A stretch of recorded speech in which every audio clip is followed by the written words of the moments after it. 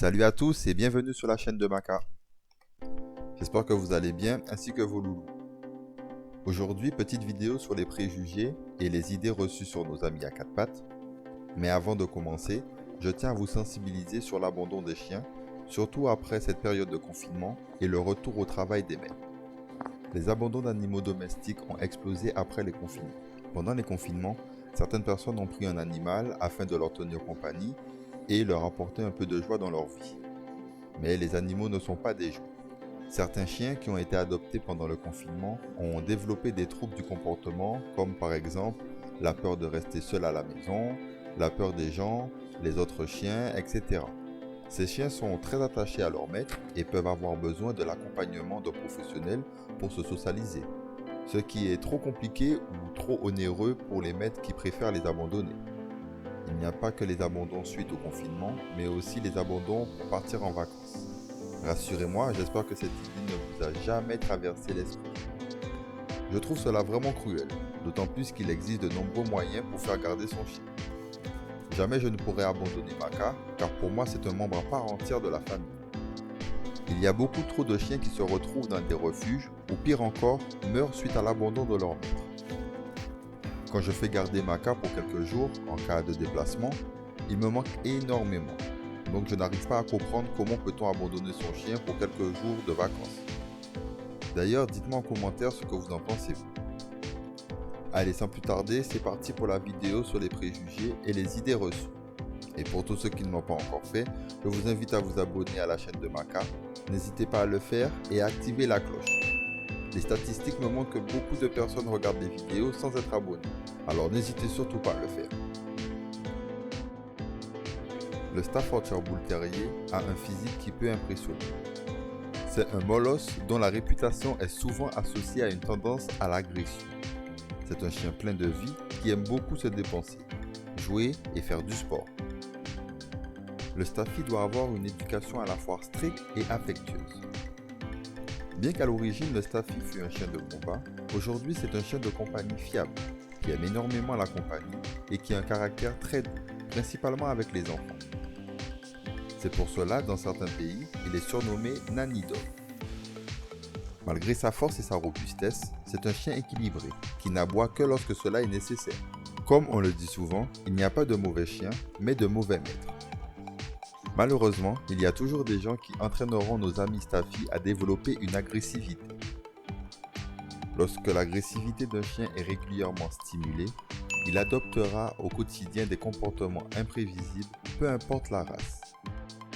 L'ignorance et le manque d'autorité peuvent également avoir des conséquences sur le comportement du chien. Une étude a révélé qu'il n'y a aucune différence significative de risque d'agression entre le Staffy et les autres races. Il peut bien évidemment montrer un côté agressif si son maître ou lui-même est menacé ou attaqué. C'est un chien très loyal. Le Staffy ne figure ni dans la liste des chiens de première catégorie ou chiens d'attaque, ni dans la liste des chiens de deuxième catégorie ou chiens de défense, de garde. Les vaccins sont efficaces que vers les 3 mois du chiot. C'est pour cela qu'il peut être recommandé de ne pas sortir un chiot avant qu'il soit vacciné. Mais comme je l'ai indiqué dans de nombreuses vidéos, il est important de socialiser son loulou dès le plus jeune âge. Le sortir lui permet de reconnaître et de s'habituer aux différents éléments de son environnement, tels que les bruits, les odeurs, etc. et à différentes situations courantes. Et il est préférable de le faire avant ces 3 mois. Il est important qu'il se familiarise avec tout cela rapidement, car par la suite, c'est-à-dire après ces 3 mois, toute nouveauté pourrait représenter un danger pour lui, entraîner un stress et donc développer par la suite des troubles du comportement. Il est donc important de sortir son chien, même si tous ces vaccins ne sont pas actifs, pour lui présenter un maximum de situations auxquelles il pourrait être confronté au quotidien. Bien évidemment, s'il croise d'autres animaux, il faut se renseigner sur leurs états de santé avant qu'ils ne soient en contact, et éviter de l'emmener à la forêt où il risque par exemple d'être en contact avec des parasites.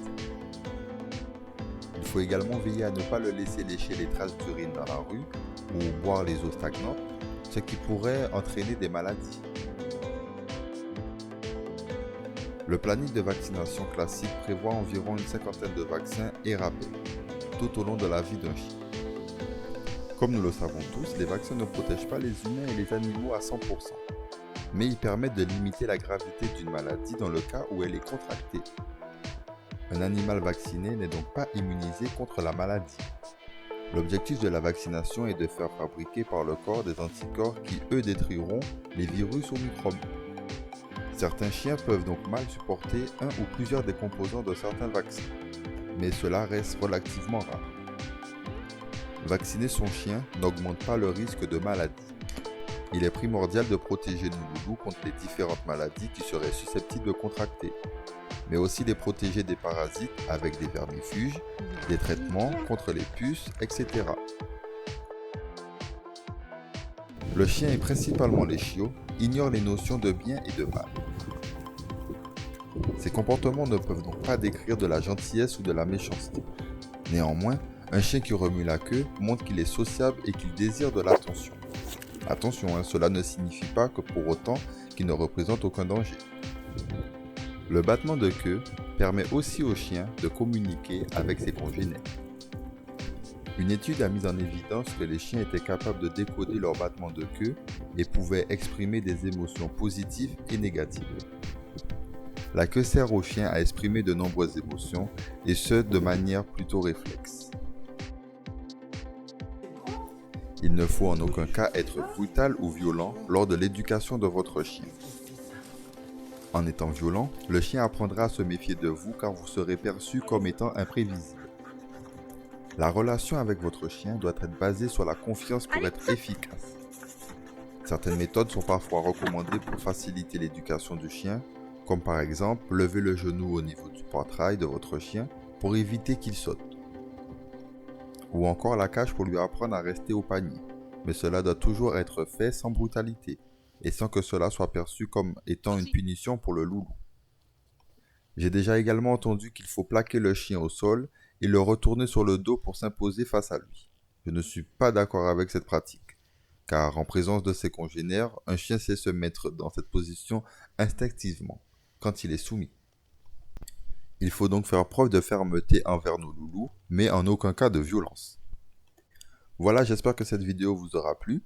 Il y a d'autres idées reçues sur nos amis les Staffy et les chiens en général. Dites-moi si ça vous plairait une partie 2 sur ce sujet. Et si vous avez d'autres idées sur les préjugés, n'hésitez pas à me les partager, ça sera avec plaisir d'en parler. Comme d'habitude, je compte sur vous pour mettre un maximum de pouces bleus et de partager la vidéo autour de vous pour m'encourager à continuer.